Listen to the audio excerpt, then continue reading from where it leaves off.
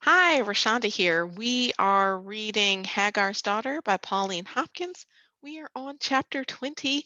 Let's get going. Cuthbert Sumner tendered his resignation. Oh, okay. Cuthbert Sumner tendered his resignation to General Benson to take effect at the close of the official year, and it was accepted. I have no feeling but friendship for you, Mr. Sumner, said the general after he had folded the document away. I hope and trust that whatever happens, we shall remember each other without enmity. He continued in his sweet voice, so effective with most people. Still, feeling that it must be unpleasant for you to serve under me when we consider existing circumstances, without doubt what you propose is the best course. What existing circumstances? There was no proposal and there was no acceptance of a proposal. You can't just say that this person is promised to be my wife because you just made it up and expect it to be real. Like, what? The audacity and the unmitigated gall. Okay. It was 10 o'clock the next day, and Sumner sat at his desk looking out occasionally at the gathering storm that threatened to send March out with tumultuous, blustering winds and heavy rain. The secretary and the stenographer occupied the same apartment with the chief. The ceiling of the apartment was lofty, there were elegant paintings on the walls, and the furniture was luxurious. There were rich hangings at the windows, carpets and rugs on the floor, lounges were grouped about the spacious room, giving it more the appearance of a boudoir than a public office. The style of the wardrobes ranged about the walls would lead one to infer that all the conveniences for dining or longing? For dining or longing could be easily found within its four walls. I wonder if it's supposed to say lounging. I wonder if that's a typo. I mean, I guess there are conveniences for longing. I long for this. Boom. Here it is in one of the fancy pants wardrobes. Nor would one have been mistaken in inferring such to be the case. Indeed, the chief's lunch was generally served in this room in sumptuous style by his valet. It was rumored, too, that here gay spreads and bachelor parties were not unknown, happenings at which grave questions of state were sometimes decided. Oh my gosh, so we are looking at the old boys club here. So Benson's office is well appointed, fancy, looks more like a boudoir than a public office. And he holds bachelor parties there where happenings at which grave questions of state were sometimes decided. So if you didn't get invited to the bachelor party, like, let's say you were a white man who could be in on these things, but you didn't get invited to the bachelor party, you don't know what's happening. Woe to all the people who aren't white men and aren't part of this boys club, this good old boys network. Gracious. A warm fire burned in the grate, for there was a chill in the air that furnace heat did not entirely remove, and the large pile of blazing coals shed a glowing radiance of cheerfulness on all around. Okay, so I'm going to stop here for just another moment because I totally understand needing a fire burning in the grate for a chill in the air that the furnace did not entirely remove. I live in an old house. It was built shortly after the time of when this novel is taking place. Sorry, I'm on a chair with wheels and my floor is uneven, and I picked up my feet and I started moving. And we have radiators, and when it is bitterly cold outside, they do not do the trick. We have fireplaces, but they're not operable, so we have to bring in space heaters, and we're still cold. So that just really rang true with me. All right, I'll keep reading.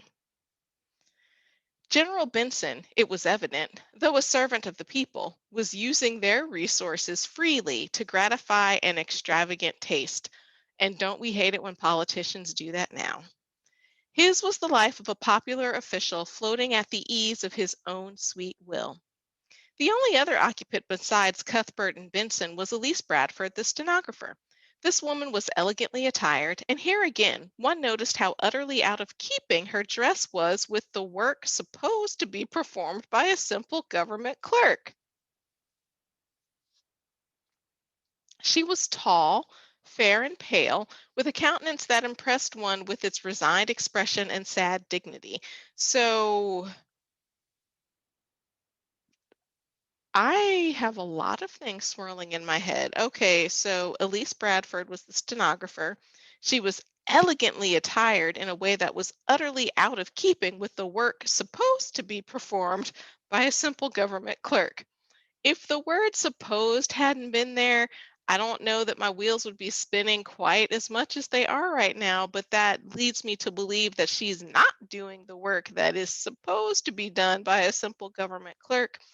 And what work is it that she is doing that allows her to be paid to dress so elegantly and so far above what the pay rate probably is for the work she is supposed to be doing? Now, it sounds like I'm casting shade on Elise Bradford, the stenographer, but quite to the contrary, I'm not. I don't know what it is she's doing, but if she's doing anything that she's not supposed to be doing, I'm going to guess she's not doing it because she woke up one morning and said, bump all this. I'm going to do whatever I can do to get ahead. I'm guessing that there were only certain ways that she could get ahead or even not get ahead, keep her job. Let's just be there. Especially at a time where women working outside of the home, those women were often already considered of loose morals. And so, if you're trying to earn an honest living and somebody is already thinking you're of loose morals and is chasing you around a desk saying you're fired unless you do X, Y, and Z, what position are you in? And I don't, again, and I act like these characters are real people because they're real for me. But I don't know Elise Bradford. Like, is she a single mom? I don't know. Is she taking care of elderly parents? I don't know what she's doing,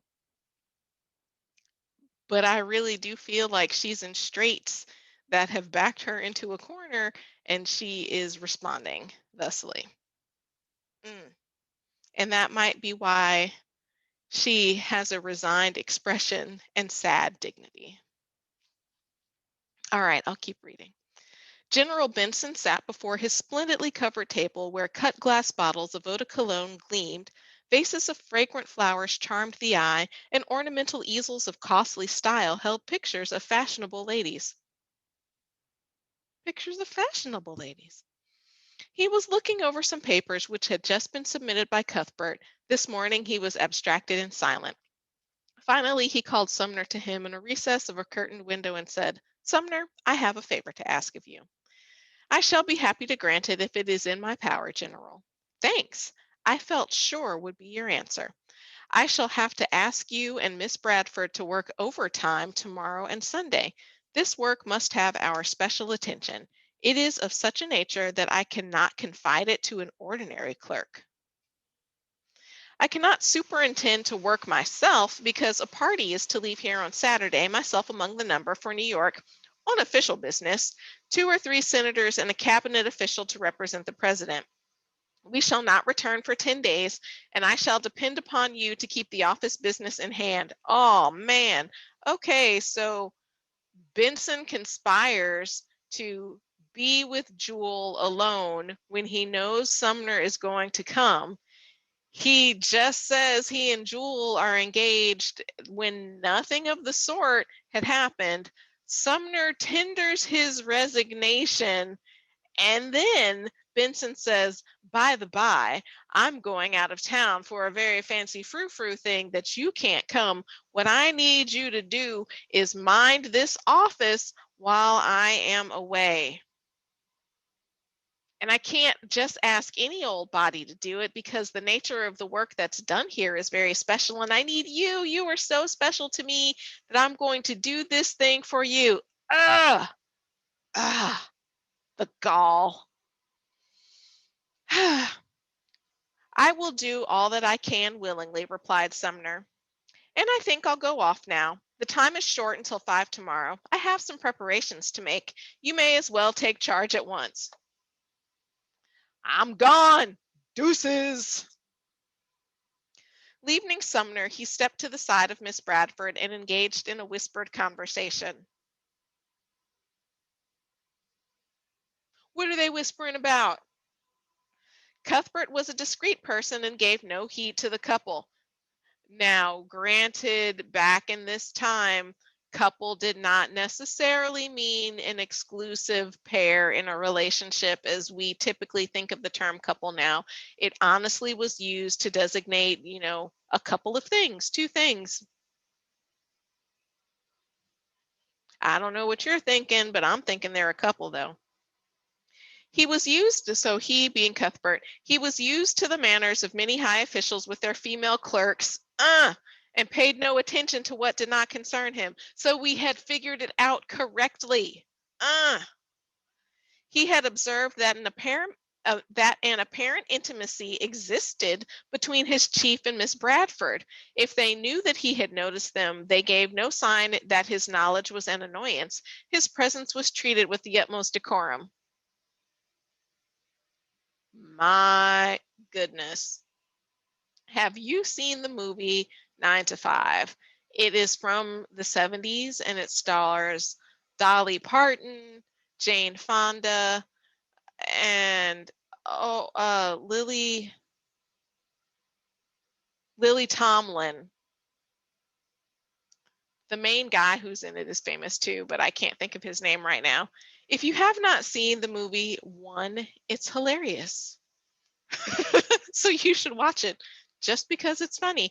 But it's about three women who work in an office with a misogynistic, chauvinistic boss who lords his way around everything and desperately tries to take liberties with the ladies who work in the office.